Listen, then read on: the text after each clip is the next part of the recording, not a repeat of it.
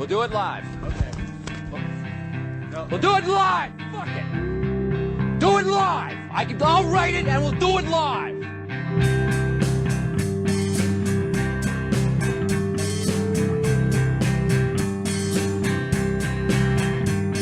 They changed the name of the high school and all James Woods can say is, ooh, a piece of candy. Ooh, a piece of candy. Ooh, a piece of candy. Ooh, a piece of candy. When a Bowen turned into a vampire, all James Woods could say was, ooh, a piece of candy. Ooh, a piece of candy. Ooh, a piece of candy. Ooh, a piece of candy. When he became Peter's best friend, they sat around the house and said, ooh, a piece of candy. Ooh, a piece of candy. Ooh, a piece of candy. Ooh, a piece of candy. And you know that James Woods practices lingerie well, but everything that he reads becomes real hard to spell. Everyone tries to help him, but the words just won't come out. There's only one thing he can think of, and it's what comes out his mouth. Ooh, a piece of candy. Ooh, a piece of candy. Ooh, a piece of candy. Ooh, a piece of candy. When he comes out of his house, the women scream and shout. Ooh, a piece of candy. Ooh, a piece of candy. Ooh, a piece of candy. Ooh, a piece of candy. When they know that he's nectar, the best of them all when he says, ooh, a piece of candy. Ooh, a piece of candy. Ooh, a piece of candy. Ooh, a piece of candy. Reese's Pieces on the floor and watch him come a saying, ooh, a piece of candy. Ooh, a piece of candy. Ooh, a piece of candy. Ooh, a piece of candy. And you know that James Woods practices lingerie well, but everything that he reads becomes real hard to spell. Everyone tries to help him, but the words just won't come out. There's only one thing he can think of, and it's what comes out his mouth. Ooh, a piece of candy. Ooh, a piece of candy. Ooh, a piece of candy. Ooh, a piece of candy. When he comes out of his house, the women scream and shout. Ooh, a piece of candy. Ooh, a piece of candy. Ooh, a piece of candy. Ooh, a piece of candy.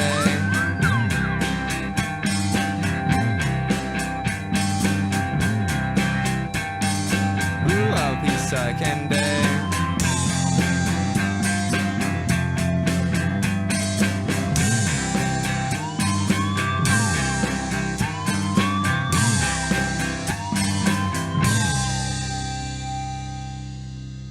Fucking thing sucks.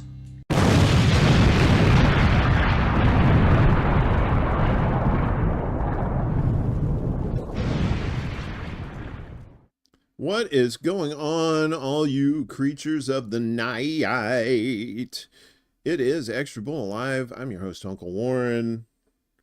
And there's proof. It's not my signature. My penmanship is not that good. But, you know, I play a stenographer on TV. So shorthand is my game. Not really. We got a great show for you tonight. My buddy Gamedotfilm is going to be on here in just a second. We're going to bring him up. First, I want to shout out everybody. We are on YouTube, Rockfin, and Rumble, at least for now. You know, not tempting fate, promise. Just making a little jokey there, computer fates. Got Teresa over on Rockfin. Hello, dear. Good to see you. And Wayne Lopez is not a real person. Wayne Lopez is always trying to sell that fucking that Rick Simpson cannabis oil. Although I did work in a weed shop very briefly, and people swear by Rick Simpson cannabis oil. So it's not a promotion. I'm just saying, you know, I've heard things. Over on YouTube, Jimmy's here. Jimmy and Willie just wrapping up Bragland this evening. Good show. They were talking, they had their post-Labor Day show talking about all the bullshit going on in Alabama and how they pretty much have slave labor there. So if you didn't get a chance to check that out, watch the replay. Good stuff. And give them a like, share, and subscribe to Bragland. So, you know. We got who else is here? Cowboy Kitty's here. Kitty, sweet baby Kitty. Good to see you, Kitty. Hopefully you're not out on the road, but you probably are because you are that working man. Yeah, so be safe, brother man. And take care of yourselves out there. Like I said, he's got a show on YouTube and Twitch and a bunch of other places. We'll let him tell you about that in just a second. I'm gonna bring in my buddy Gamedotfilm. There you are, leaning over, not ready for the show. You son of a bitch! Look at that. You had 37 minutes. No, I'm kidding. It's okay. You were like, I'm ready to go. I'm ready to go, and then like. I busted your balls. I busted your balls. Don't worry about it. How you doing, man? Doing good, man. Thank you for having me on the show. Really happy to be here. You say that now. By the time we're over with, you're gonna be like, this motherfucker. Oh, swear to God. a one and only appearance. No. Well. Maybe for you, you may be like, I don't know. I know you're a little nervous about coming on here, but you know we're just going to be talking about games and film. Like that's your alley right there, right? Your skill set, as it were. So we'll start off with the general question of how did you end up getting into this space, like doing like and tell people what you do on your shows? Man, I definitely stream a variety of games, and then I'll post the highlights or reviews to a YouTube channel, but I definitely review a ton of movies, guys, and I just want to put some people on some good stuff. You know, I try not to poop on anybody's taste, but it's like I just like to encourage everyone to change your palette. You know, don't just watch all Marvel movies or blockbuster movies, but watch like a movie from this country, or watch like a So Bad It's Good movie, or a low budget movie, or a genre you've never seen, right? And same with video games. Like, you play whatever you want, but it's like I try and push like indie games, support those indie devs, and not like the AAA mega corporation games that are broken and like, you know, have loot boxes and add-on content to pay for kind of stuff. So yeah. So Jimmy says she loves the keffiyeh. How do you say that? The thing you're wearing around your neck? keffiyeh? I can't I mess up on it too. I forget how to spell and pronounce it myself. But keffiyeh, well, you wear it well, so you as they said in the 80s, you look marvelous, darling. You look marvelous. We got Ed Heller and Around the World, D and friends. D is here. Good to see y'all. We're talking to Game.Film here, and we're talking about like expanding your horizons, right? Like and staying away. You know, it's funny. It's like the AAA titles for games are kind of like to me like the big budget movies out there. Throwing money at something doesn't mean it's going to be good, right? I think you and I had discussed in our chat about EA Games, right? And what a horrible company EA Games is. And I'll say from my personal experience, I love playing Madden football. I don't really like the actual NFL that much anymore, but I love Madden football because you can build teams and stuff like that, or you're supposed to. The 2000s, man, that was a good time. Yeah, I was hooked on it back then.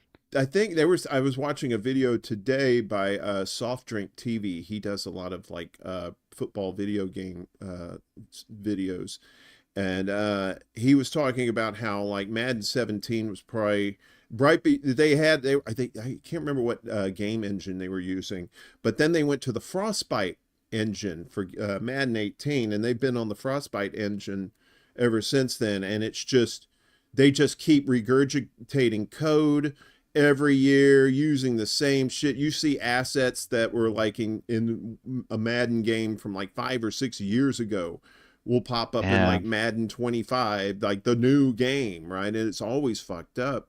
And that's a testament to EA, right? This AAA company who just ruined the game out of pure greed. They also bought The Sims, right? Which used to Yeah, they be on. did. Yeah, have you ever played The Sims?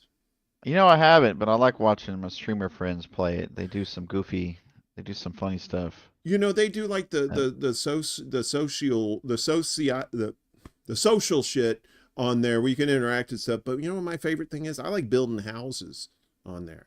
I mm. that's my thing. It's like I like City Skylines 2, or I like the original one better because it actually works better. But it's just Roller about Coaster like, Tycoon, maybe?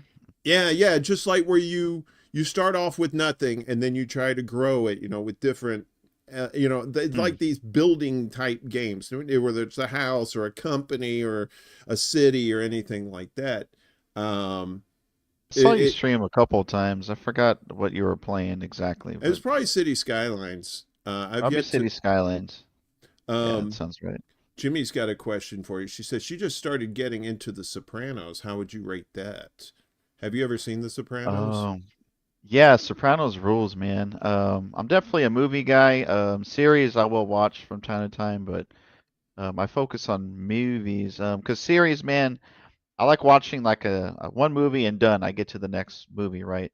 With series, it's tough not to binge watch it, It's hours upon hours, and it's like I'm never gonna get to my other stuff. But The Well, Sopranos is definitely like top three favorite series, absolutely. I Well, now love with Sopranos. with the streaming stuff now, you're seeing a lot of like 10 episode seasons now, right? Like back in the day, they used to have like 20 something fucking episodes, and That's true. now it's almost like you're watching a long movie with these 10 episodes, right? It's cut down to where you can, you don't have to make a full like long-term investment in it unless it's like a multi-season thing. Uh Jimmy, this ain't your you can DM him on Twitter with all these questions. She's like, have you ever seen Night at the Roxbury and how do you rate it? Oh, dude, I saw that in theaters with my friend, and my dad took us to that. And yeah, I did the whole like they shake their head and all that shit, dude. Oh man, SNL when they made movies back in the 90s, there was a couple funny ones, but I stopped watching SNL today. I don't think would watch it today. But yeah, dude, I grew up with the Roxbury for sure. What is love, baby? Don't hurt me. What's up, Willie Brad? Good show earlier, my friend. Good to see you. Um, Yeah, I mean, I think that's where it's going because I think a lot of people's attention spans have gotten so short now, right? I see a lot of people, uh, couple in some in the chat even who like to watch these videos on their shows like at 1.5 speed, right? Because they just want that quick, quick, quick, quick, quick, quick, and instant Yeah, that's gratification crazy. kind of thing, where it's like they don't have the patience to wait for like a long season of something for like a show. But so which kind of Yeah. lends to like what a movie kind of it would like say a 10 episode thing, right? Depending on what it is. If it's a comedy, usually it's like 30 minutes, but normally it's like 45 minutes of a show that they usually do. Sometimes it's an hour. If with the streaming stuff now, it just varies. They don't have to be Mm. on any set time because they don't have to worry about network schedules and stuff like that. They just, it's video on demand. Ooh, excuse me. Hmm. But you you have shown me you gave me like a whole list of like the movies and stuff that you watch. Let me see if I can pop that up here. Repo the Genetic Opera, Jimmy. I don't think I know what that is. That I actually saw that Let me on look it up. a first Repo the date. Was it? Genetic Opera. Yeah, I think it Well, has. Anthony This Stewart looks low Heat. budget. There's Paris Hilton's in this? What the hell? I don't know. I don't think it's well. I think it has the guy who played Giles on Buffy the Vampire Slayer. He's in it. Or Okay. maybe, I think there's two versions of it. There's one that's that has him, and I think there's one that has oh God, what's his name? I can't think of his name right now. It had some. It was like a more updated version of it, but let's talk about some of these movies here that you got here. You got and we've got a bunch that we're going to talk about a little more here, but it's just I'm just want to point out the variety of movies that you have here. You go from like Alien, yeah. Alien from 79, right? But then you're down here with like the Passion of Joan of Arc. Then you have Punch Drunk Love, and it's just it's great that you have such a variety like that. I mean, but what you really have on here that piques my interest are these Japanese films. You want to talk about your love of Japanese films? Yeah, man, Asian cinemas, that's the jam on my channel. Hong Kong cinemas, I'm big on the 80s and 90s from them, and J-horror, Japanese horror, crime movies, and Korean, man, Korea's been stepping it up since the 2000s with some great action, gangster movies, horror. So I definitely like Korean movies, and just the past couple of years, Bollywood, Indian films, and then there's like Tollywood, which is like I can't believe how many different languages or dialects are in India, man. So there's like Hindi movies, Tamil movies. So they do action really well, although their films are like 3 hours long. But yeah, man, Thailand, they're crazy good on some stunts and martial arts too. Indonesia, if you guys like brutal martial arts, check out The Night Comes for Us. I think that's on Netflix. If you like it's like a horror martial arts movie. Off the top of my head, that's one recommendation. But yeah, man, definitely I like the Asian cinema. I'll be talking about that a lot. So You mentioned J horror. That was my nickname in college because I hey, The sold Ring, weed. man. I sold weed and ass at the same. So yeah, J. And then, The Pimp. yeah, yeah. I think. Sorry, I'm sorry. Did I say that out loud? I wasn't supposed. I'm sorry. My parole officer says there's certain things I can't say on the magic picture box. Busted, Uh, man. Busted. but let's go ahead. Let's go ahead and talk about some of these movies. Like we got some graphics here of some movie posters here of some of your faves. So let's check out this first one. This is The Descent, the most significant Brit chiller since 28 Days Later. Um, Yeah. why do you like this movie? Man, I think nobody likes caves, right? Like you ever watch videos of like cave spelunking and horror stories of Yeah. people getting stuck in the caves? Like, That's one of my fears is like these fools that go through these little bitty tiny cracks and then they get stuck and then they try to get out and it makes it worse. Oh, no, thank you. dude.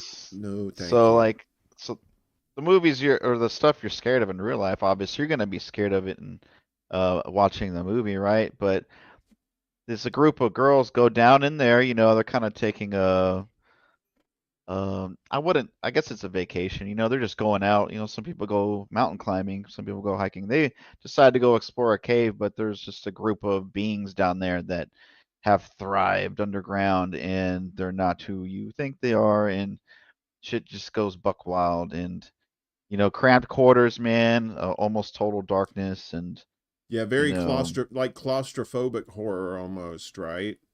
yeah, man, it's scary, and I rate that one 5 stars out of 5 for sure. And it's got all woman cast. That's always cool to see.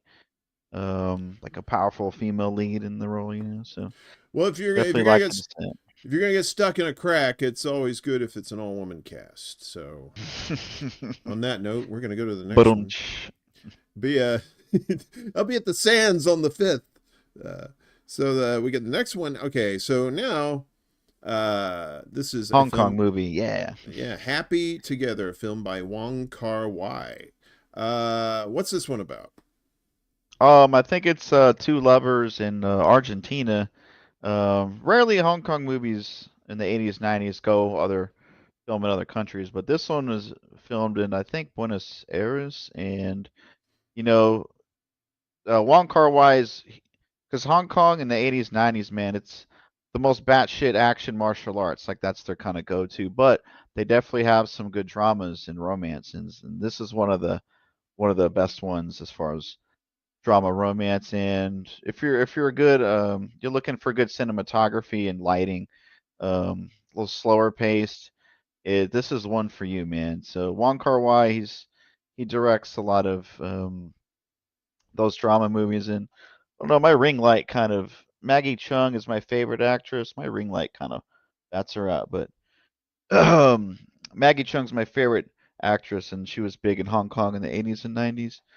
And Wong Kar-wai directed her in a few movies. So yeah, man, Wong Kar-wai, he's the man. So it stars Tony Leung, who is one of the biggest Hong Kong stars, and he was one of the leads in the Marvel movie Shang-Chi, The Legend of the Thousand Rings or whatever it was that came out like a year or two ago. So yeah, and it also stars Leslie Chung. He was a Cantopop star. He was like the Michael Jackson of Hong Kong, and he unfortunately committed suicide. So Mm, um, yeah, um, that's definitely a drama romance for you guys. right on. We got If you're into that. Steve Wolfbrandt in the house. Frank Analysis. What's up, Franco? What's Uh, up, Frank? yeah, Frank. Check out what Franco's doing on his channel too. He's got some really good in informational videos, very relevant to today. So be sure to check it out. The editing is kind of sketchy, so but the information is good. Wink. Yeah, we like Yeah. Frank Analysis for sure. Oh yeah. He I said like his let's. channel, man. He likes your TikToks. Yeah. Yeah, he's I wish I could have. I'm not really into TikTok that much. I mean, I understand the concept of it. I feel like for me, it's a little too much social overload. I'm not hating on it. If people like it, that's great. You know, I mean, if it, you know, like I said, if you know you enjoy it and it's doing good things for you, that's fine. It's just a little it can get scary out for of me. hand quick because that's like you were saying, attention deficit earlier. That's the app that's like 5, 10 second videos. That's just, you just keep going. You got to be careful with that one. So It is. It's like very short. It's perfect for people with short attention spans. That's for sure. All right, so this one a classic. Although I got the Spanish language nice. movie, Pases a la vitesse maxi, or that may not even be Spanish. I don't know what that Something is. to the max. But you got Interesting. Keanu Reeves, Dennis Hopper, Sandra Bullock in Speed. Uh, yeah, I think a lot of people have seen this movie back in the day who are, you know, a little bit older, you know, 30s, 40s and up. Um, Yeah, I love a good action movie, man. You got to have some action in your life, just popcorn. it, They really caught lightning in a bottle with this one. Just that story, man. Just keeping a bus at over 50 or it'll explode. I mean, that's just such a great little concept. And Look, I lived um, in New York, man. Those buses, that would be no problem. Those guys are going like 60, 70. They don't give a fuck. no But yeah, shit. it is. It's like a simple concept, right? But that you surround it with all this action, and then you have like this you know, this person who doesn't drive a bus, who's like she has to take the wheel and all this stuff. Yeah, it is. It's just like Dennis lightning. Hopper just hamming it up, just being a villain. I loved Dennis Hopper. A whim, I'm a man, man. In True Romance, his scene with Christopher Walken. Oh Oh, my dude, that's a good scene. oh yeah, it's It, yeah. You can't play that now. That too no, many people no, would cancel your ass. But the fucking dialogue between those two, you know, is just delicious. so good, man. That's a Yeah, it good one. is. So yeah, I like Speed. Yeah, Speed was a good one too. Now here's another one. Akira Kurosawa. Yeah, Uh, Japan. Okay. talk about this one, man. Man, yeah, this is 1980s. Akira Kurosawa, he did man, he started in the 40s and 50s. And his iconic movie is Seven Samurai, like the 3-hour masterpiece from like 57 or late 50s, mid 50s. But this is in the 80s, man. He's still going strong, but it's really colorful, guys, and I think it's based off of Shakespeare's King Lear. So like the king is kind of gonna retire, sort of thing, but like the sons kind of want to go at it and take a piece of the pie for themselves. Don't quote me on that, but it's that's kind of the plot. But man, movie looks great, man. Excellent war fight scenes. Like there's no, like no CGI, man. There's tons of real extras getting in on the action. So definitely an epic film from Japan, guys. Look at that. Highly recommend. That old school Orion films, man. You don't see Orion anymore. That's a I used to see Orion a whole bunch when I was younger too. So Once Upon a Time in the West. Yeah, Classic. so Henry I Fonda, don't Jason Robards, Charles Bronson. I'm slipping on my westerns, man, but this is I've seen a few. I'm slacking, but this is one of my favorites, dude. Sergio Leone, he's the guy that's done all those spaghetti westerns with Clint Eastwood. Yeah. You guys probably are familiar with those, but another, it's kind of an epic film, man, and there's tons of um, one-liners, just badass line deliveries. Claudia Cardinale, she's beautiful in this, big time, and the score is done by Ennio Morricone. And if you're talking like composers and movies, he's always mentioned in top five, so he has a good score here. But you guys need a western. Once Upon a Time in the West. This is one of the best. So Good, a good ensemble cast too. I love good ensemble cast. I was telling you about things to do in Denver when you're dead, right? With yeah. it stars Andy Garcia. Andy Garcia. He speaks like this. He always sounds like he's about to cry. It's like, hey, why am I talking like this? But Bill Nunn, William Forsythe, Christopher Lloyd, like I said, Walken's in there. Walken is in like everything. That man, he's like, I love a paycheck. Wow, that'll be in your movie. That's a good walk-in. Yeah, I should probably start walking whenever I do that because people tend to look at me like, sir, this is a Wendy's. Here's another classic. Oh Office man, Space. Yes. Delightful. I like how you have the posters up, and each movie's kind of a different genre, and you've got it good mix here. So Office Space, I mean, definitely grew up with this one. You guys need a comedy, 5-star film right here. And Ron Livingston, Stephen Root, who's the stapler guy, is in that poster right there. Oh, You got the classic Bill Lumbergh, yeah. Dietrich Bader Yeah. from Oh, dude, he's the best part of the movie. How could I Watch forget? out for your cornhole, bud. It's like, hey, turn on channel 9. Check out this chick. He just lives next door, and he's like, dude, do you just want to come over? And then he immediately just walks in his I house. tell you, So. if you like Dietrich Bader, go back and watch the early seasons of the Drew Carey Show. It's Ryan Stiles is in it too. I think they're roommates in that show, and it's just like Lenny and Squiggy from Laverne and Shirley, just like these idiots, but they're fun idiots. But Office Space, with one of my favorite scenes is when it's like at the very beginning, I think in the opening credits when he's driving to work, and there's that guy with the walker. He's on the sidewalk and everybody's stuck in traffic and he's just he's just moving along just slow. But I think everybody remembers who's watched this, maybe their favorite part is the part where they beat the fuck out of the fax machine, the copier, and you got that damn it feels good to be a gangster, Yes, dude. Yes. The slow-mo with the bat just beating the hell out of it. Do we have a bot in the chat? Who? Oh no, that's just Choosy. Choosy. I was trying to keep up with because we Yeah, need me. Choosy likes to get in here, write his novels, uh, his memoirs. So, so But yeah, you know, man, when they're smashing that fax machine, that's just iconic. yeah, and like you said, the Ron Livingston in it, Jennifer Aniston, the tchotchkes, with the You want some flare. extreme fajitas or you want some pizza shooters?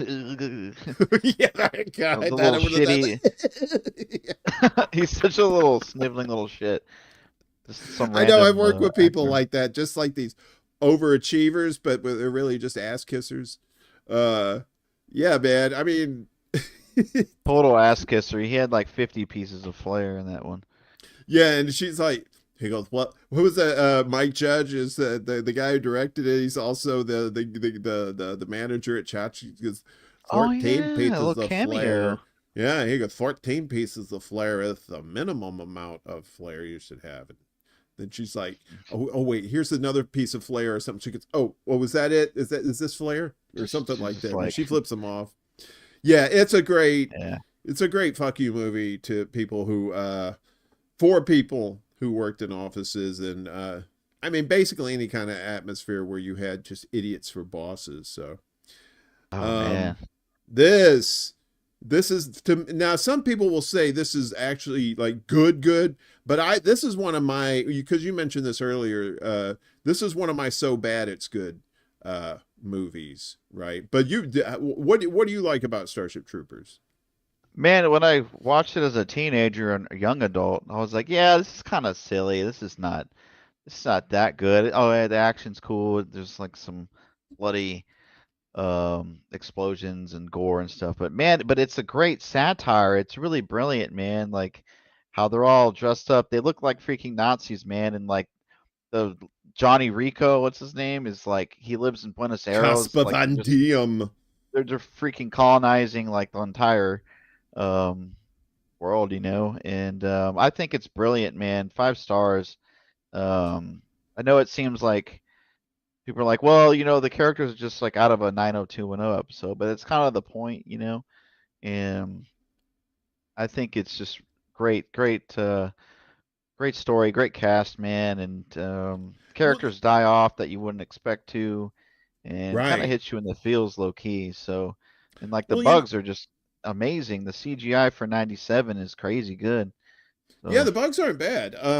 And I think you're right. It's like when you look at it, if you're looking at it just like a straight up movie, yeah, it just seems just kind of silly. But when you look at it as a satire, uh, yeah, it really changes your perspective on the movie, right? I've done that. I've gone back and after, because somebody kind of explained that to me a while back, saying, no, it's really satire. And go back and watch it again with that frame of mind. And sure enough, I was like, okay. But then again, I'm also a sucker for Michael Ironside too, the teacher yes, guy. dude. I love Michael Yes. Ironside. Come A on, you very apes. You want to live forever? Like, get over here. So yeah. good. They sucked his brains out. Hey, He's yeah, he's always a just good side you villain, man. if you need an over the top asshole like him and Ronnie Cox from Total Recall. Total Or Recall, dude. He was a menacing dude in that one. Jeez. yeah, and yeah, he was in that too. I forgot.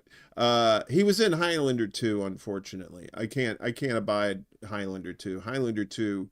I I if saw the Highlander first one. I didn't see the second one.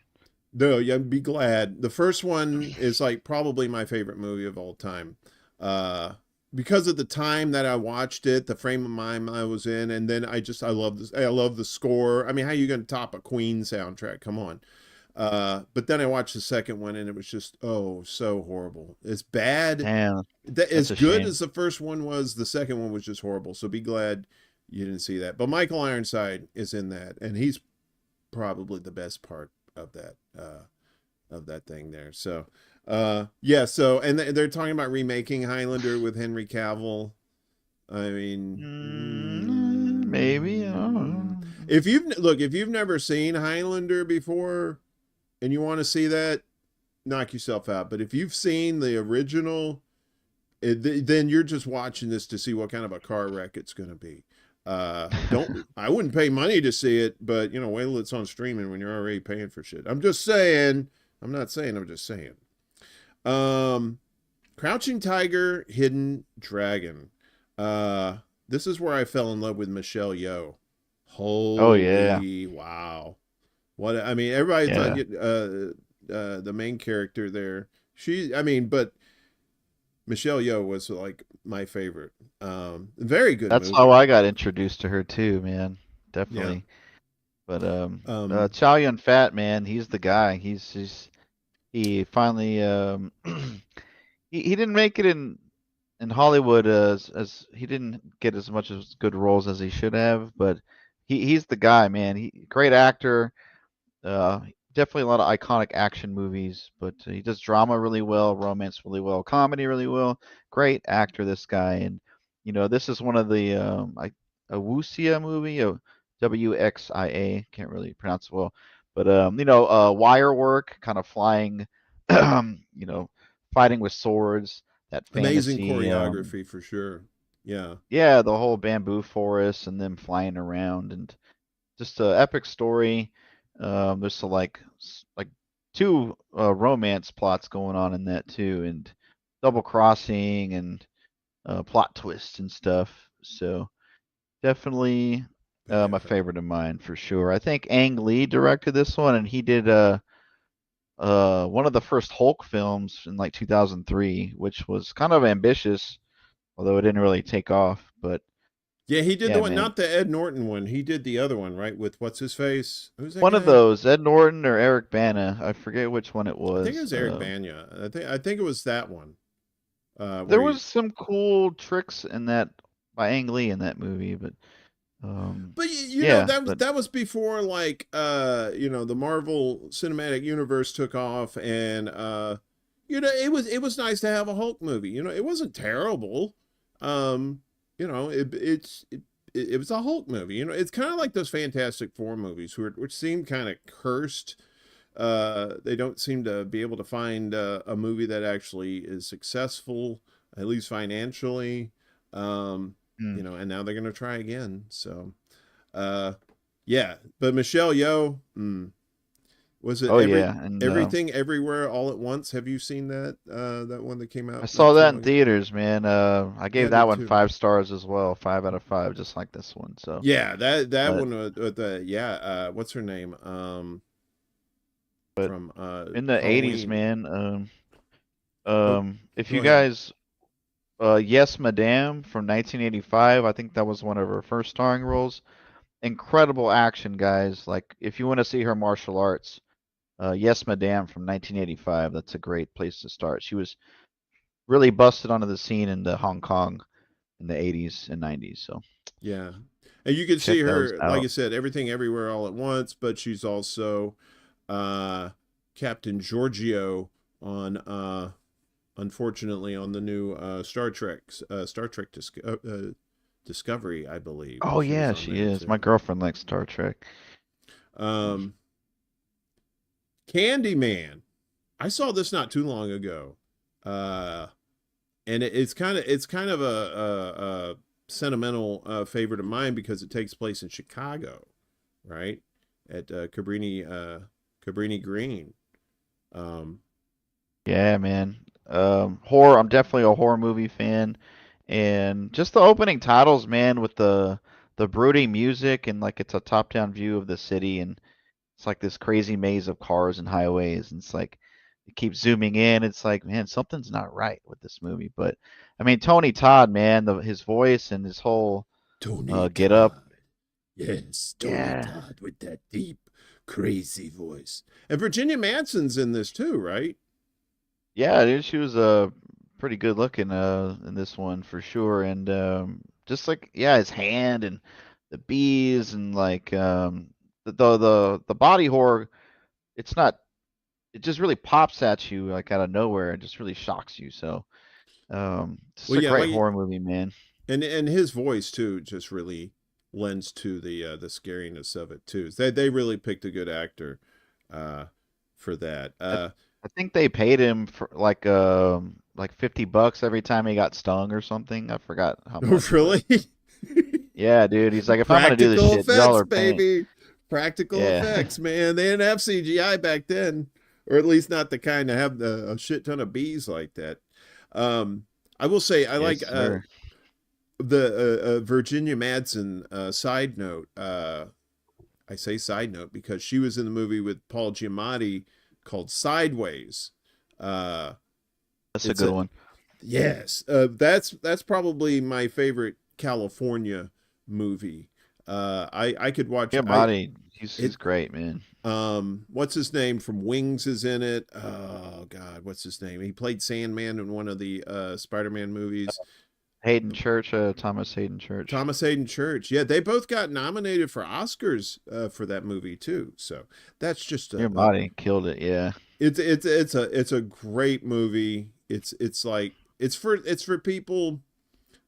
You appreciate it as you get older, right? When when your life starts changing, your relationships start changing, and it's I highly recommend that too. But this is not a Uncle Warren recommends movies show. This is Game.Film. So my cousin Vinny, the two Utes.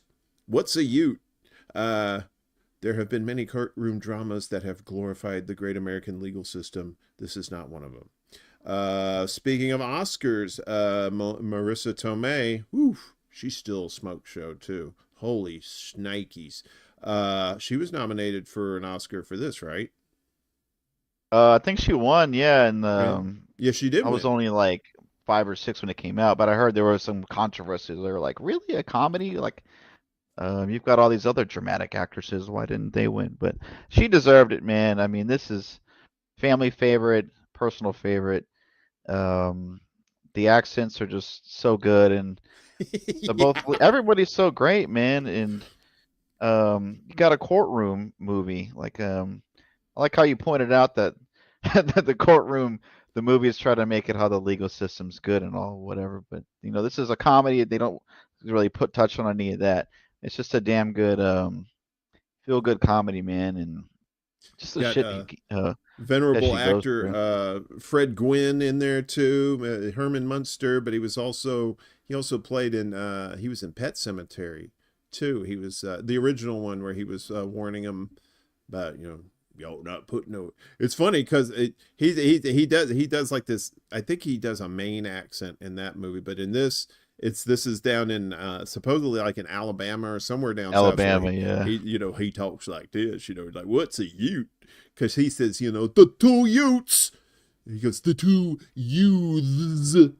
Yeah, man, he's really a towering figure in that movie because Pesci's like what 5 foot tall, and Yeah, that Fred Gwynn looks 6'5". I mean, I don't know how tall he yeah, is, he but was a tall his deep guy. voice and Yeah, man, very a lot of presence with that guy too. It's like he's a scene stealer for sure.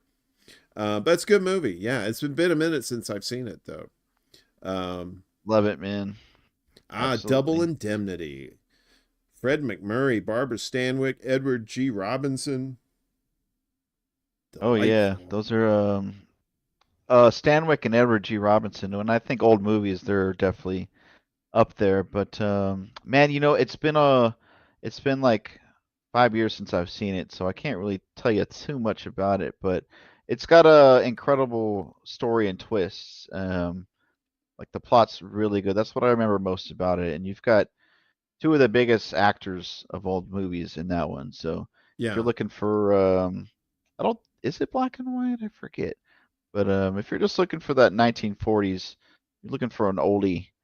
That's one of the best ones right there. right on, right on. Yeah, I mean, I've been kind of dipping into old 70s sci-fi movies in recent months. Like Capricorn 1 and what else? There was the one where that was the one where they faked they were going to Mars and they faked the Mars landing.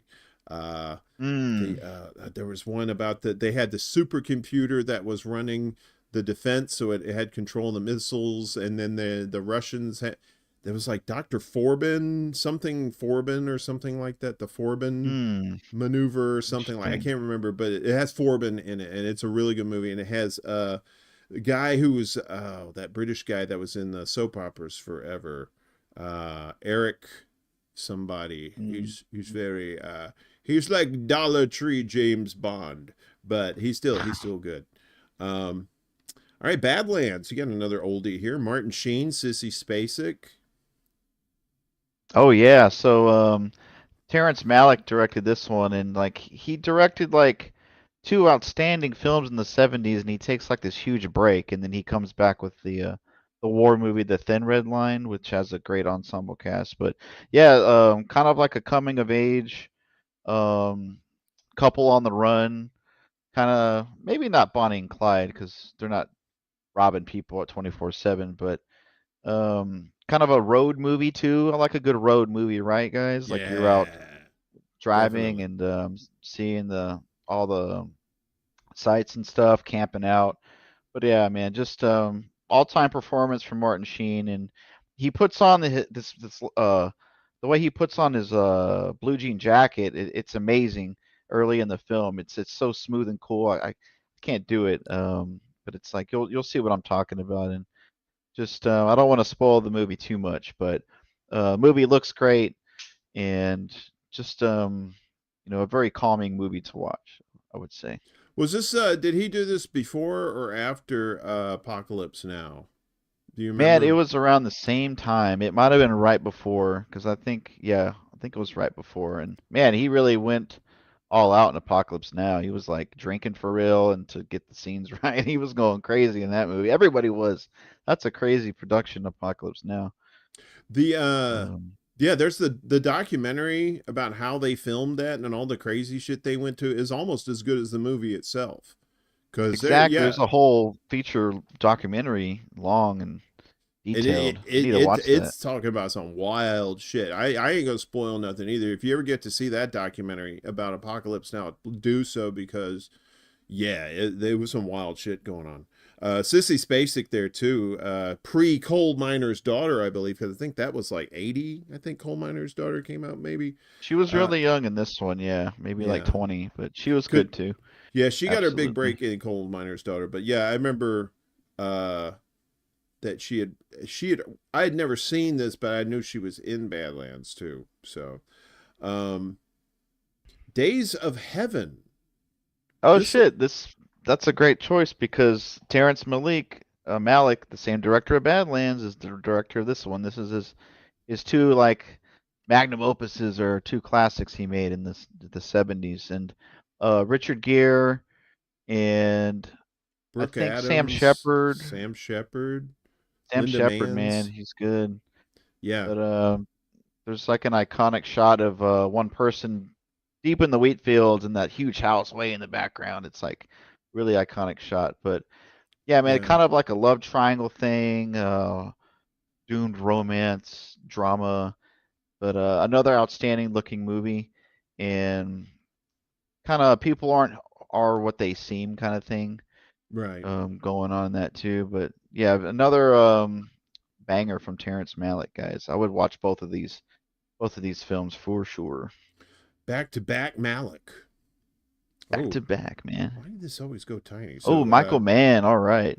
here we go. Oh, I didn't know this was Michael Mann. James Caan and Thief.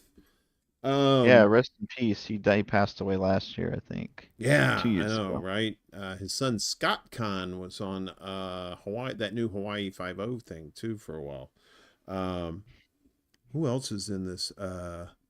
Can't I guess I picked. Oh, Oh, Willie Nelson's in it.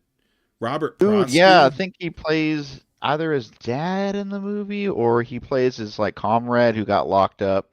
So he visits Willie in jail, and Willie does get some screen time. He can act a little bit, but yeah, Yeah, man, just he was great in Michael Half Baked. Mann. He Yeah, was. dude. They He goes, I don't know, Dave man. I just Chappelle keep smoking. talks to him in that Yeah, movie, and he's like, "Oh, condoms, we never used them." And it's like, yeah, yeah. That's the line. That's the line. Yeah, because he's like, he's going around trying to sell the weed to get that. John Stewart's in it too. Man, you ever That's seen a right. $20 bill on weed? You know, it's those. But yeah, that's another. But Thief, I didn't know that was Michael Mann. That's awesome. I love Michael Mann movies. I know you got another one coming up here in just a Yeah, second. Heat. Yeah, it's a favorite. But Thief, man, like it's definitely it takes jabs at capitalism and being pro worker, and just a guy who cracks safes, and he meets a girl, falls in love. He's like, man, I got to get out of the game, but it's like maybe one more score kind of thing. And I It's think always that James, one more score, right? there's Yep, a yep. there's a Belushi in there. I forget if it's James or John. I get them mixed up, but he's one of the partners in crime, and there's a mob boss dude who plays a good guy in like every movie, like Robert Robert Protsky. But Prosky, yeah. dude, he is a menacing little bastard in that movie, and Um, as all Michael Mann movies, man, there's always a great, it's shot really well, looks great, and great score too. And James Caan is James Caan, man, total badass. Yeah, love So, James Caan. Oh shit, from little to big. The Passion of Joan of Arc. I think this is the oldest movie on the list, 1920s or 30s, Oh super wow. super old movie, but man, this has like one of the best acting performances you'll ever see. I don't know what the lead actress's name is. I probably couldn't even pronounce it, but Mille Falconetti, they got yeah, that MLLE period. I don't know what kind of crazy language that is. Who puts a? couldn't fit her name. It's like Madame, Mademoiselle. Is that I think I might be short for Mademoiselle. I probably just made that up. But Falconetti, I that's a think pretty it's a cool name. silent film too, and I'm not much of a silent film kind of guy, but hey, man, you gotta, like I was saying in the beginning of the show, definitely, step out of your comfort zone, try a genre you might not enjoy, and you never know. And this one was great, man. I was kind of skeptical. I would fall asleep or something, but no, it's really good story and just a great acting performance. So Yeah, I and think it's available online. it kind of helps if you have friends with eclectic movie tastes too, that you kind of trust their opinion on movies, and they kind of say, "Hey, check this out," and to see if you like it. It may not be your flavor, but chances are it probably is, especially if you know your friends pretty well. Um, Tampopo. I have never heard of this. Tell me about Oh man, Tampopo. this is one of the best films about food. If you want to talk about just looking at food in a movie, a lady's kind of down on her luck, restaurant owner in Japan. It's a Japanese film, by the way, and she's struggling, and a couple guys come along, and they kind of help her out. Man, they teach her the tricks of the trade, and one of the lead actors, and he's like in every Hollywood movie as the Japanese guy. I think Watanabe is his last name. I think he Ken was in Watanabe? Inception. Yeah, I think that's Yeah. him. He was in one of the So Godzilla movies not too long ago. right, Um right, right. So he's in it, but man, just and like there's kind of like a side story of a Yakuza boss and his floozy going to movies, and kind of unrelated but related. Can't really spoil too much. But it's mostly about her trying to get her restaurant on track. So, great comedy, romance, and if you like ramen, you'll like this movie, Tampopo, in the mid '80s, I Tam- think. So, Tampopo. You got yeah. P stuff. I meant to shout you out a second ago. Sorry about that. Doing audiobooks, yeah, sure, I'll do audiobooks. But I don't know, man. I kind of voiced this I voiced a commercial, that fake commercial I did, and after the second I do like a couple takes, and after that second time I was like, nah, that's okay. I don't know if I could do a whole book, but thank you for that. I appreciate it. You're next. His Another pack horror versus movie. yours. Yes. Now this Yeah, piqued my man. interest because I like bloody writing on bear masks. So what I'm kind of, that's kind of a niche thing, but what's this one about? Okay, so like The Descent, like you and I were scared of caves, right? Well, what scares me is like home invasion movies. Like you're Mm. safe at home, right? And like, but like people come up in there, man, and trying to cut you up.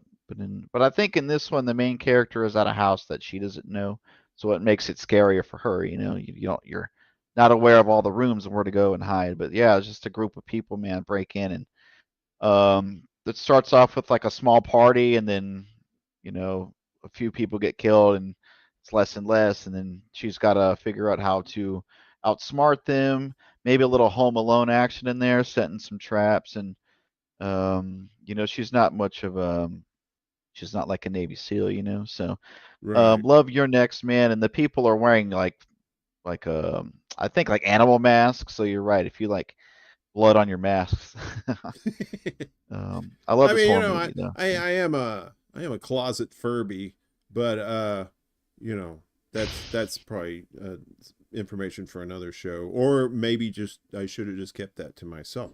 The Long Goodbye. Now, yeah, we were talking about this before the show. Elliot Gould, playing Philip Marlowe. Yeah, Uh, dude, he was one of the coolest roles you'll ever see. This guy is so smooth. You watch him light a cigarette, like he'll spark up a match just with his thumb. He'll strike it on the wall and just light a cigarette. He's such a cool as a cucumber in this one, and like he owns a cat, and he's always talking to his cat, and he's a private dick trying to figure stuff out for a client, and the dialogue is just so witty and great, and a nice story, man. Good plot. So you trying to figure out what's going along. You're yeah, being a detective with him in the movie. So United Artists too. Yeah, that was another one. That and Orion back in the day. Robert Altman directed it. That you can tell if it's a Robert Altman movie a lot of times if there's a lot of dialogue. If it's not Tarantino, it's probably Robert Altman because Robert Altman, I think he did The Player, um, the what was it, that Tim Robbins movie where he was like, I'm gonna use the uh, bathroom real quick. But yeah, yeah, go for Robert it. Altman, I forgot. Don't forget your mic is on, so if you sprinkle when Oh you yeah, yeah. tinkle, be sweet and wipe the seat. That's what people used to say back in the day. Uh, so nothing says goodbye like a bullet. Yeah, this is an excellent. If you're into like, if you want to get into like older movies, I would highly suggest checking Elliot Gould out in this. Son of Harold Gould, who was in a lot of those 50s and 60s movies back in the day too. Um, I don't know about your next. I would probably not see that because I don't. I have a fear of people coming in and getting me and not doing anything with me. Um, it's kind of a sad life I live there. Um, Harold Gould. I know, right? I I threw a know. Gould reference at you. Uh, all right, we're almost at the end here. Uh, Manhunter. This is the one I was talking about. Hell yeah. All right. Oh yeah. Very cool. God, what's his name? William Peterson. This is in this pretty much the prequel to Red Dragon. It's a Hannibal Lecter movie. Yes, the FBI lead guy goes to him for some advice, kind of like Silence of the Lambs. I think the Red Dragon film in the 2000s is a straight up remake of this one, Oh, but this is okay. the far superior film. Yes. And Yeah. For yeah, one dude, thing, it's Michael so Mann. good. Uh, Michael Mann.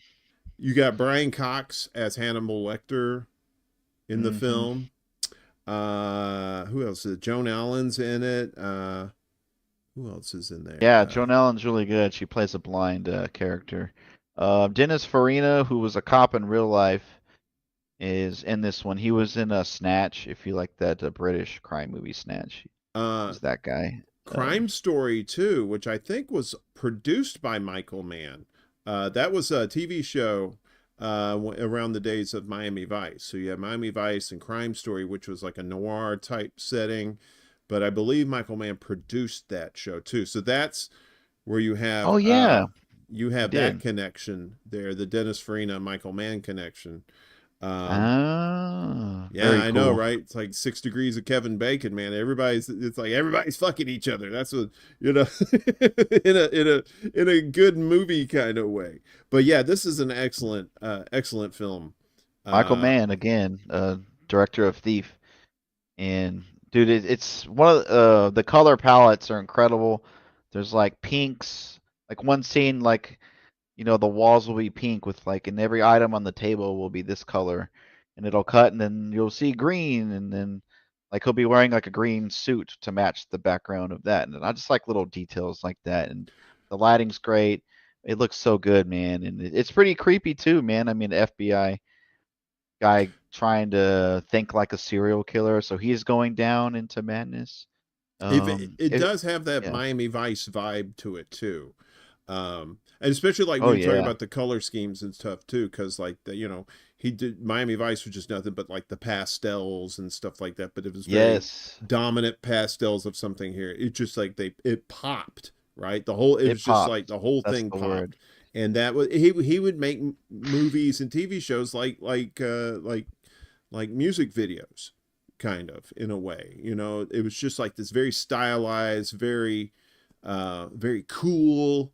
You know, um, I loved Miami Vice too. The first couple seasons. Then There's when he so started, many cameo or characters like it's a who's who of supporting cast, or like each episode has like that. Hey, it's Ben Stiller. Or like, hey, it's yeah, any big actor in the early 2000s was in Miami it was Vice a in the huge 80s. show, and it was like everybody. Yeah, that was a time like you would see like some like movie stars and some.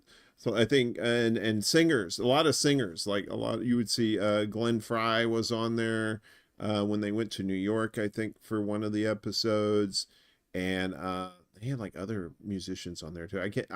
That's something I need to go back and watch, is like the first couple seasons of Miami Vice, because that was. I wish this H&I channel that does like puts all these they have like the A Team and stuff like that. I wish they put Miami Vice on there. I watch a shit out of that. But Oh anyway, yeah, that's me just being fetish boy. And finally, Oscar nominated Tremors. No, I'm kidding. Uh it should but have this been. this is one of those that was just like kind of wasn't really received that well, but just became a cult classic, you know, one of those kind of things, which I love movies like that, where it's just like it may just be end up panned or something like that, or just doesn't do well at the box office. Nobody talks about it until later. Some people pick it up and they're like, "Holy shit, where has this been?" And you're just like, and that this is one of those movies, I think, right? Absolutely, man. Like, didn't break the box office records, and nobody thought much of it when it came out. Even Kevin Bacon was hesitant taking the role. But man, a creature feature. I don't know if we've done creature features yet, but it's a great horror movie, and great practical effects, man. The way like the little worm heads that come out of the mouth of the graboid they call him. But Kevin Bacon, dude. I wouldn't say he steals the show because everybody's so good, but his line deliveries are so funny, and the way he acts terrified is really good. But Fred Ward, his partner, is really good, and Burt Gummer, man, what's his? I forgot the actor's name, but he's Yeah, the gun nut. He's like the guy and the dad on Family Ties, Michael yeah, Gross. That's his name, Michael Michael Gross, Gross. yeah, and Yeah, he Michael came Gross back like for that movie Gamedotfilm. so much. I think they ended up making like six more, and it was just all him in it. He ended up He becoming the main always star in of the it. sequels. Yeah, all Yeah, those yeah. sequels. Shit, I don't know how many 2 and sequels they 3 are made him. good.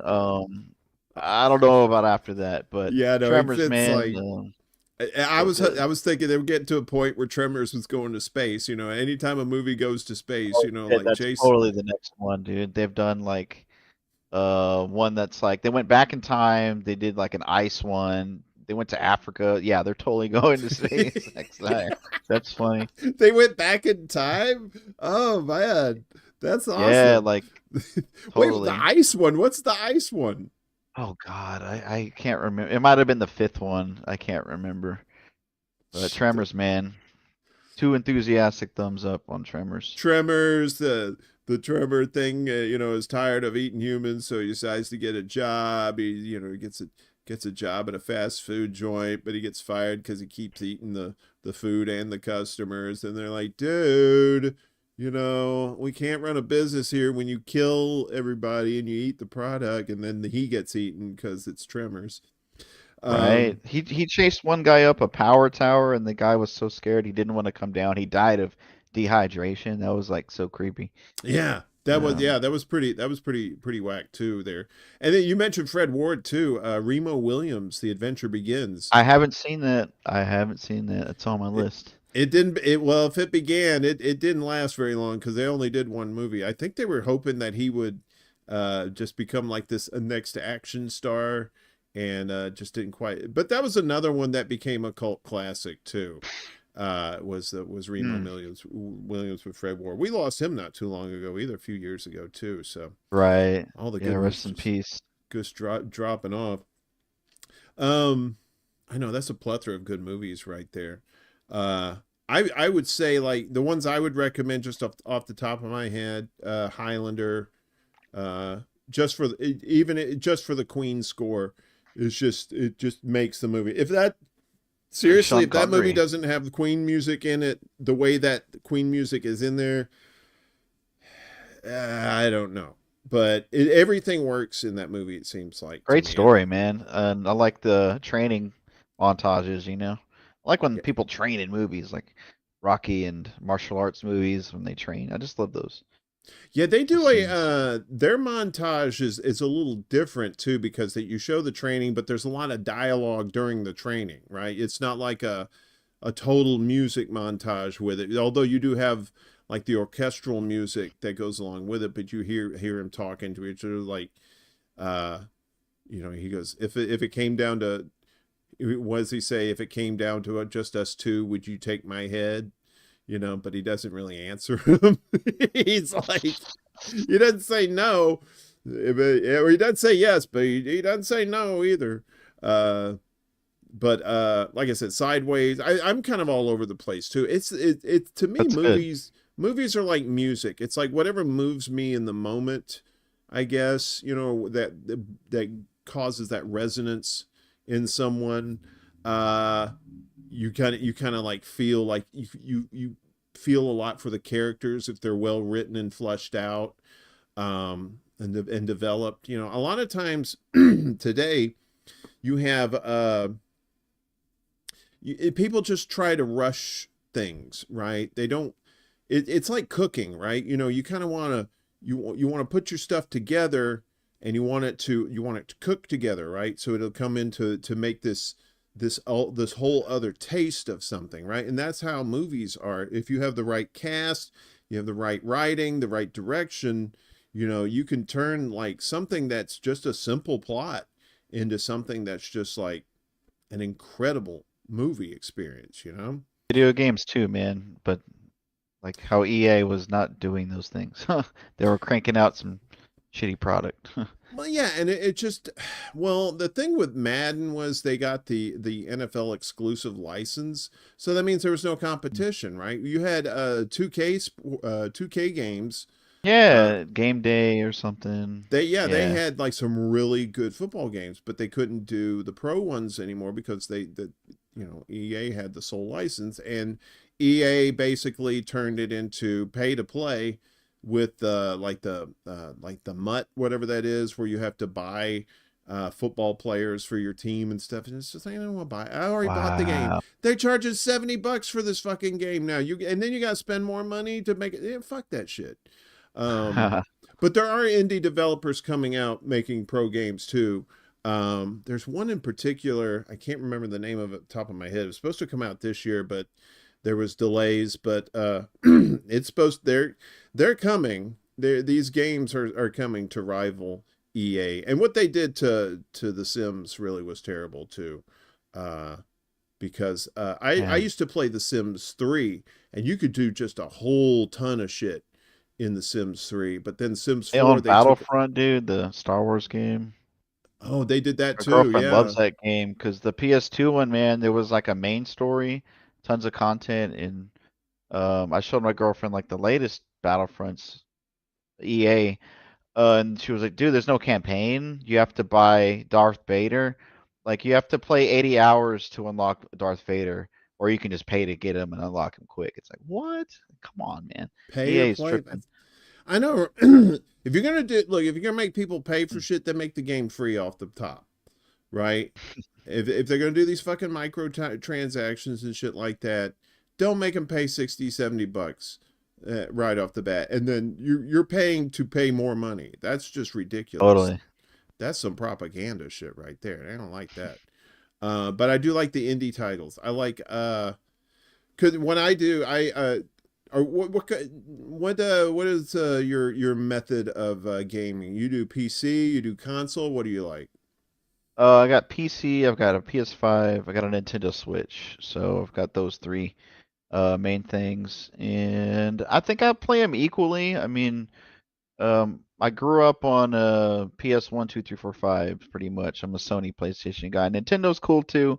My first console was an NES, but I went from NES to Sega Genesis to PS1, and then I never looked back. I didn't get an N64 SNES, so yeah, man, I definitely you can get a lot of more indie games on PC. Yeah. I find so that's cool. I always tell people if you have PC, get an Epic Games account. Not necessarily. Yeah, they're pretty good. They have some good free games, right? Like I think was it The Outer Worlds? This game that came out a few years ago. They've got it. They had it free recently. I went and grabbed that, and some of the other stuff on there. That I'll all this. I think there's maybe 2 games that I actually paid for on my library in Epic Games, and the rest was this freebies. Nice. I just said screw it, I'm gonna download it, try it out, and some of them, some of them are hits, some of them are misses, but That's okay. yeah, it's but that's just one reason. If you want to save some money, because these games ain't cheap, a lot of them ain't cheap, but more the indie games are, and which is I like these indie developers like I think the people who do City Skylines, the city builder game that I like, I think that's Colossal, out of Sweden, I believe. And they have this new game. There's a couple of games coming out that's going to rival The Sims, where it's basically you have your people. It's kind of like what is that game? Not Half-Life, Second Life. It's kind of like that. Half-Life is so great, by the way. What's that? Half-Life 1 and 2. Half-Life is so great, by the way. 1 and 2. Oh, Half-Life, yeah. All favorite. 1 and 2, it's so good.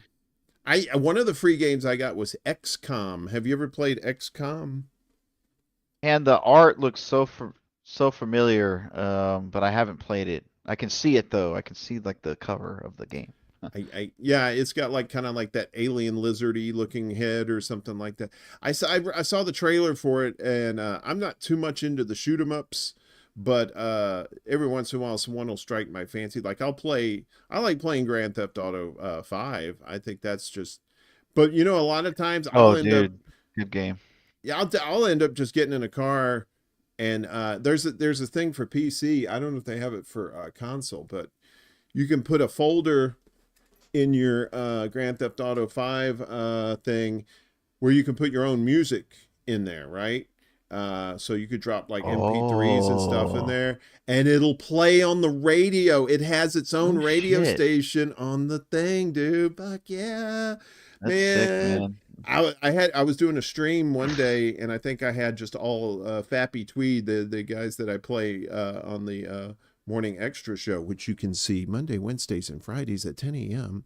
On YouTube, Rock, Finn, and Rumble. I don't know why I said that, but anyway, you can customize it like that. So sometimes I'll just get in the car and just drive around. What is it?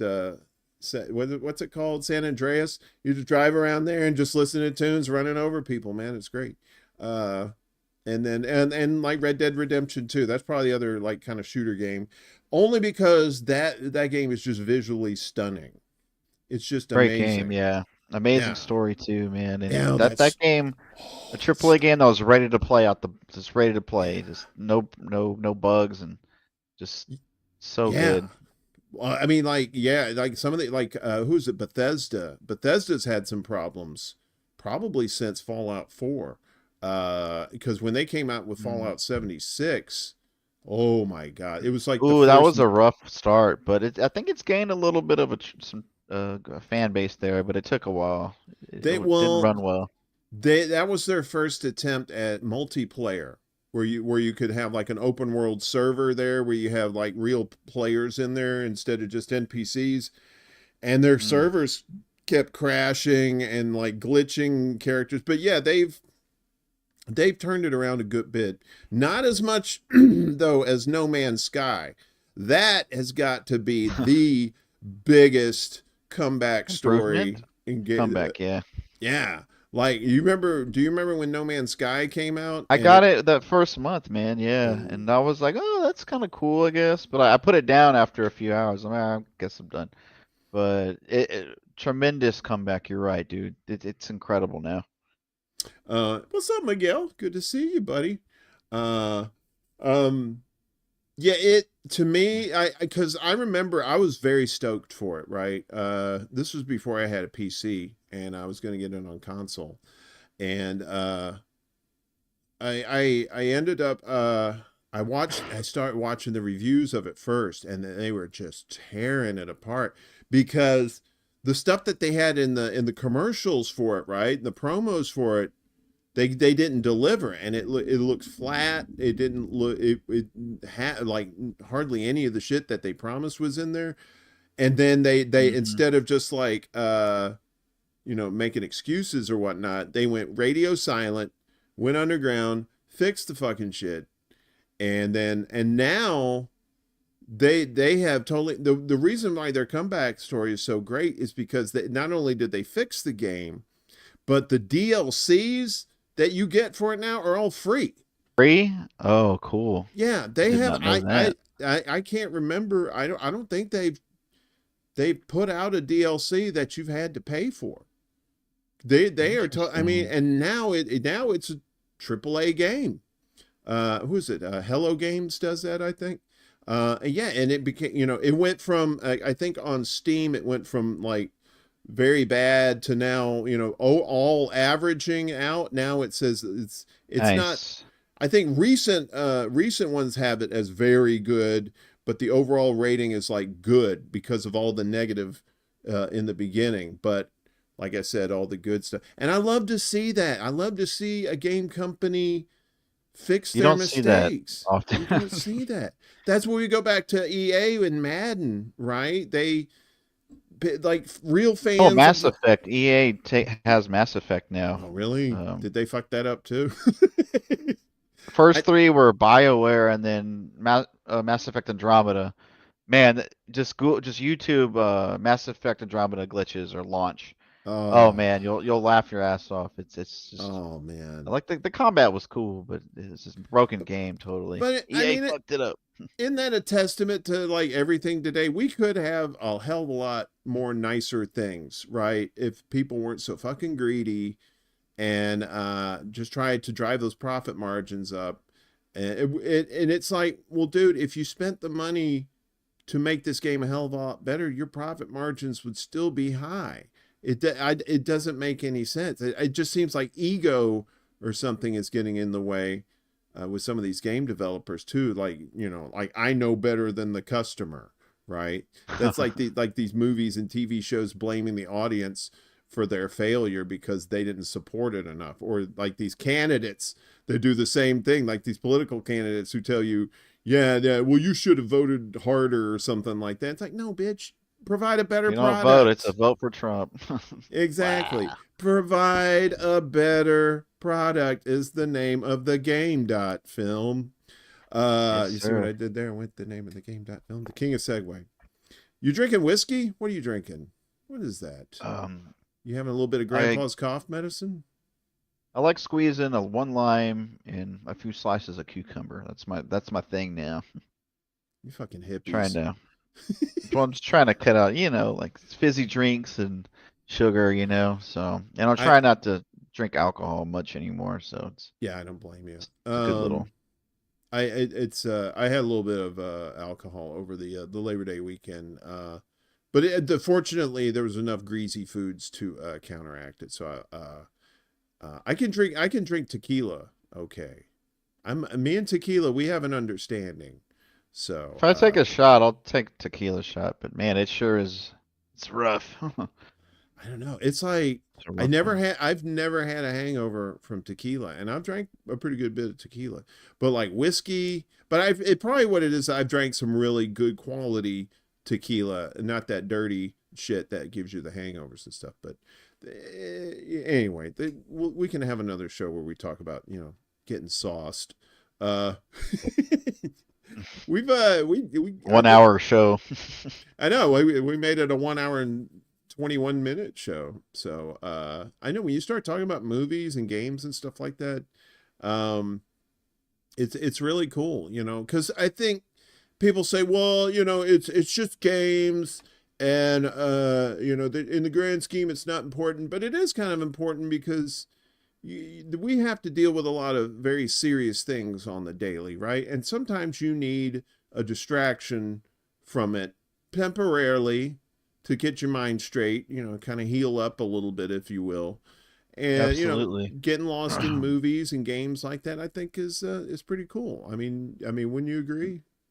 Games are art, man, and the stories they come up with are incredible, like The Last of Us and Mass Effect, the Tomb Raider reboot series. There's a great story. So, crazy good voice actors, and they put a lot of, maybe not all AAA games, but there's a lot of heart and soul put into them, man. So, art direction, and there's so much that goes into them. So, yeah, it's not just a game that you just mash. So, yeah, Yeah, love the games, man. we're light years beyond Dig Dug, so it is like a lot. Some of these games are just stories anyway, right? Kind of like Yeah, choose your own adventure type things. Only it's video game version, and you get like the beautiful artwork, like you said, the voiceovers are good, and the writing. It is. It's almost like a movie. It's like exactly. it's a good way to end the show. It's where we bring together movies and games Yeah. together. Until Dawn, man, that's a horror game, but it plays out like a movie. Like there's a dialogue choice, and then it branches off to this pass, and like there's some gameplay, but it's all watching a movie and like watching a story play out, and there's consequences to your dialogue choices, and yeah, Until Dawn, man, video game that's a movie. So Yeah, I mean, yeah, it's recommend. like they kind of diverge at some point, especially if you're a fan of both of those things. So, um, I think maybe the next time I have you on, maybe we can have an all AI discussion about games because the AI is starting to mess with the games now. As far as Hmm. I think they did something with Doom, like they're getting AI to create video games now. I mean, they're already getting them to create like movies and stuff like that. So next time you come Ugh, on, we'll both do a little homework and talk about the AI stuff. I think that'd be interesting. So go ahead, sounds tell good. everybody where you're at. Like where they can find you and stuff like that, and what you got coming up. I stream about 3 times a week on Twitch. Maybe one day I'll check out dual streaming to YouTube as well. But TikTok, X/Twitter, whatever you want to call it, Blue Sky, Instagram, I'm constantly posting all there because I brought politics to the channel and I'm shadow banned like damn near everywhere. And so I'm like posting everywhere just to Hmm. like, get into the algorithm. But game reviews, movie reviews, guys, and you know, just telling people a little politics, talking a little current affairs. Free Palestine, guys. Republicans, Democrats are the same, one party, and anti-imperialism is.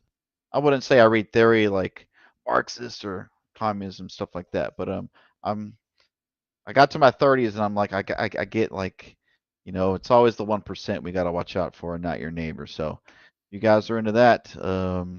Come check me out around the interwebs. Game.film is my name on like all the socials. So Right on, man.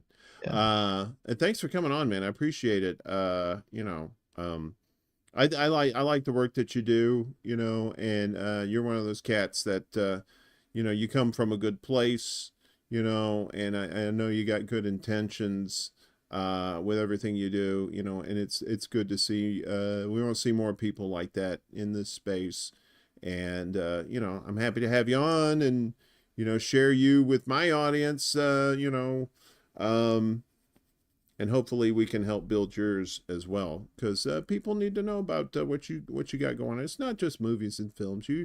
You got good ideas, and you got a good head on your shoulders too. So I appreciate you, Have bud. fun, stay informed. That's the vibes. There you I like go. to, Just yeah. hang on for a second. Let me say goodbye to everybody, and we'll get out of here.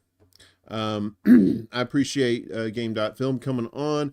I appreciate everybody in the chat who showed up. All my pals here on YouTube and Rockfin and Rumble.